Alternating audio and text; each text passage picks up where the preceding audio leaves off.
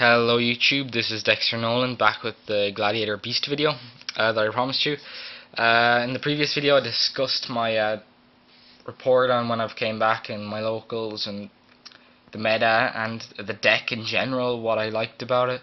In this video I'm going to actually go through my card choices, I'm going to show you my deck list, and yeah, let's get right to it. Triple Laquari, this guy's the main beater of the deck. He's the guy that gets your tagging off. He's 1800 attack if you have a Tenki on the field, which you will sometimes have. It's a searchable card because of bear, and you run 3 of it anyways. He's going to be 1900. When he gets tagged in, believe it or not, he goes up to 2100 without a Tenki.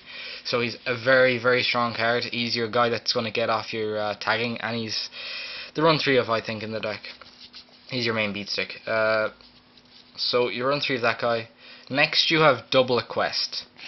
And I'm going to go and show you double Darius too. The reason I run 2 of each of these and not more is because these guys clog. You do not really want to have Gladiator Beasts in your hand other than this guy, right? Because the rest of them are for getting out of the deck and tagging in and getting their effects off. These guys are also not great early game because Gladiator Beasts traditionally, when they attack, they don't really die. They usually tag in, and you know. I'm sure you understand how Gladiator Beasts work if you're looking at the deck list. So these guys, I don't really have to explain this. These guys are too cloggy, but you don't want to get, if they get Bottomless, you still want to have access to their abilities. Darius creates too many plays, and Equeste brings back Chariot, which is your MVP. Next, you got your 1 Bestiari and 1 Murmillo. Bestiari you can only run 1 of because it's limited, and Murmillo I run 1 of because it's just, I like the toolboxing over the second bear. Which I'm sure you guys understand. It's usually a choice made by a few players. Do you run 2 bear or a bear and a Murmillo? And I prefer the bear and the Murmillo. It's just personal choice. If Bestiari was back at 3, which I think it will be pretty soon because of Gladiator Beast being slow and he's not really going to do anything to the format, I don't think I'd run more than 2 of them. Maybe even run just 1 of them because he's like the other Gladiators, he's a dead draw. You want them in the deck, and to be honest, they're not going to bottomless him 3 times. You know, or twice. Sorry, there is no bottomless by 2. So you know, I think he's a great card. His effect is amazing. If he gets bottomless, you want the second one, obviously. But obviously you can't run it. But I wouldn't run a 3rd if he was at 3. So that's just my opinion on that one. Don't call me Glad Beast Scrub because I just don't think it's in this format. At least it's just not good enough. 1 bear. I've explained why I run 1 bear, 1 Murmillo, because I prefer the toolboxing options of Murmillo from the deck. Bear because you can search Tenki. He's a target for Tenki. He has the destruction effect on the field. All around, he's a good card. He's a really good card, and I'd run with him 1 Coach Soldier Wolfbark, but I don't have 1 at the moment. I could get a loan of 1, I guess. But this is more of a fun deck anyway, so I'll pick up a Wolfbark soon. They're dropping, and he's getting a reprint in a few weeks in that new tin thing. But Thunder King's been working out great as a substitute for it. It means I can have a higher monster count, and this guy's not dead in hand. I can actually control the game with Thunder King. I can start searching and doing my cool searching stuff after he dies. You know, I can control the game at the start, get a good hand, you know, get set up my back row. This is a grindy control deck after all. So he's not bad. He does conflict with a few cards, but overall he's a good choice, I thought. Got your triple Tenki and you got your double Proving Ground, which I'll explain together. These guys search your cards, which is, should people know. The ratios are because this guy searches nearly all of the time Laquari, because Laquari is the best Gladiator Beast you want in your hand to summon to attack with, because he's the highest attack. It makes sense, and he's affected by Tenki. And this guy can search Laquari anyway, so this guy is pretty much better, I think, in most situations. The way this comes in is it doesn't clog up your back row. If you're playing a kind of slower grind game and you have a few cards in your back row, and you have a couple of Tenkis, it limits you to 3 spaces. This guy doesn't. And the target for Tenki is usually Laquari anyway. The reason Tenki's at 3 though, and not at 2 and this guy at 3, is because Tenki can search Wolfbark and Bear too, which is an excellent side effect, I guess. Wolfbark is an excellent card and you want him, especially because of some of the traps I run in this deck. I'll explain it later.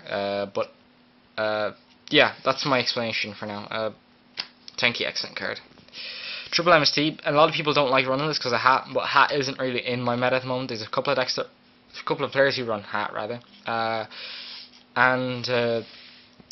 yeah, it's annoying against them, but I don't mind blind MSTing. I know that's something everyone calls a scrub move, but if I MST 1-for-1 on my first turn, I'm going second. Say I want to summon my Laquari. I want to get his effect off. Maybe they have a face down card. I'm going to MST your back row because it's just too good not to. I mean, I want my plays to go through, even if it's something like I don't know. I can't think of a card right now that's pretty average in back row. Maybe if it's a WireTap, right? It still makes my play go through, even if it would have went through anyway. It's just because I want to guarantee that my first turn play is going through. I don't know that that's not a WireTap. You know what I mean? I don't know that's not a bottomless trap hole or whatever. So I just think it's the option there is just too good to pass up. Also, gets rid of those annoying floodgate cards that I see so many rogue decks in my locals are using. There's not an awful lot of rogue players in my locals. There's about 3 or 4 that run really off the wall decks, really lockdown style decks, and this kind of guy I think gets out of them. I mean, there's a black garden player. I think I discussed it in my last video, and this card is excellent against that kind of deck. These guys, I don't need to explain them. Versatility, and this guy because I don't really spam the field anyways. I don't field vomit everywhere, so I can usually Dark Hole and then just summon Laquari and start playing again, as this is a grindy style deck anyways. Triple Lance, because why not? Lance is so good in this deck because the 800 attack modifier is actually a godsend, because if they attack into me I can, you know, flip the Lance, their monster dies into my monster, and not only that would be good in all decks, but in this deck I get to tag, and you know, maybe I tag in a Bestiari because of the card destroyed their monster, and it will pop a back row, or maybe it'll bring a Darius and I can bring a Bestiari back, pop a back row, and go into Gyzarus. It's just unbelievably good.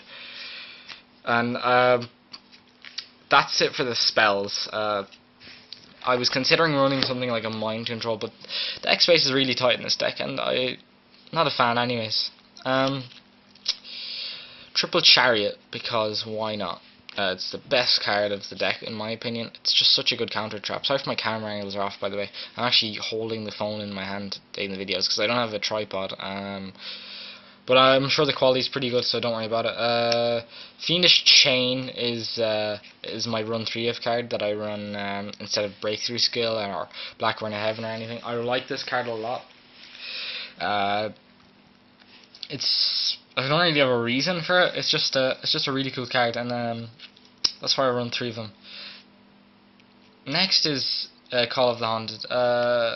Call of the Haunted would be for Wolfbark, but it's good with Thunder King plays as well. Also good with Gladiator Beast. I mean, if they use something like Mirror Force, I don't know who runs Mirror Force, but if they were using Mirror Force or something off your Gladiator Beast and you're in the battle phase, you can Call the Haunted something back and attack again and still get your tags off. I can't really explain the reason. By the way, if I know I didn't give a good reason for the Fiendishes over anything else, but I'm sure if you look up on the internet the reasons of why Fiendish is good or bad, it's more of a personal preference card. It's not something I can say it's better. Overall, it works on some things. It doesn't work on some things. It's more versatile than Breakthrough, but it doesn't. Other cards can get out of it, like Card D and stuff. It's one of those things. I run 3 WireTap, 7 tools and 2 WireTap. I don't have a third WireTap is the reason, and I guess I'm not cool enough, you know. Yeah, that's for negating the traps and getting them back in the deck. I like WireTap a lot, and I'd run 3 of them and everything, even if Hat wasn't a thing, because life point cost, okay, doesn't matter. People always say life point costs don't matter, but I think they do a small bit, not very much, but they do. Also, I like the cards back in the deck. If I do that to their Solemn Warning, they've paid 2,000. That Solemn Warning is most likely going to be dead when they draw it again because of WireTap. So that's my explanation on those. And the last one are the staple 4. These guys are your Bottomless, Compulsory, Torrential Tribute, and Solemn Warning. And as you can see, there's a Dimensional Prisoner, which I had to add in because I don't have a second Solemn Warning, or a third Solemn Warning rather, from my other decks. So that's Solemn Warning over there. But yeah, I can't help that. It's a good card anyway, so I can't be too bothered. There are changes I'd make to this deck in future. I love the deck. I love playing it. I think it's very consistent. Really, I'd like to add a mind control. And I'd like to obviously get the third WireTap, add that Cold Soldier Wolfbark. Other than that, I can't actually say I'd play anything else in this deck. Maybe I might cut something like a Murmillo and add a bear in the future, but for right now I like the deck the way it is. So that's my main deck. I'm going to apologize in advance for the extra deck, because this extra deck, believe it or not, is poor. As I explained to everyone in the last video, I just came back to the game. All my cards are outdated. I mean, when I was playing, Utopia was good. Like, it was a good generic card. Everyone was saying it was the next Stardust Dragon. When I was playing, Abyss Dweller had just come out, and he was an expensive card. You had Levair and all those guys. Yeah, so I mean, the cards I needed to get, I had a list, and I got a couple of them, but I couldn't get a lot of them because some of them were too expensive. Exodon Knight and Honorarch, which are 50 quid plus each, I think.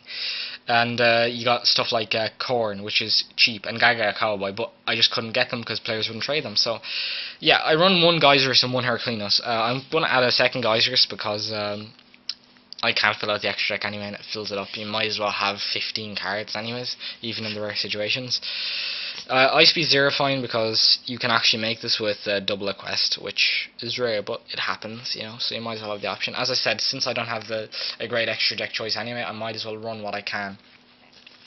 Maystroke, Utopia, Diamond Dyer, Roach, Papilloperative, Rhapsody and Berserk, and Ragna Zero. These are all what I could get, and they're just for different situations, and some of them are actually pretty good. I like Rhapsody. He's good against some decks like that you might come across, like even Insectors. Like, if you can get rid of their Engrave, Ladybug, and Hornet, it's pretty cool. I mean, I like this deck.